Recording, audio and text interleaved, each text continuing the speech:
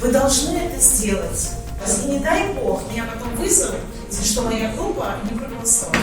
Кто вам дал столько бюллетеней? Откуда вы их взяли? Если какой-то, извините меня, мудак начинает бросаться на избирателей, чтобы ему вставили мозги так, чтобы ему больше этого не хотелось. Я упевнений тим, що я получив, і розниця 500 приклад на чоловік. Я хочу добиться честных выборов. Что вы делаете? Что вы делаете?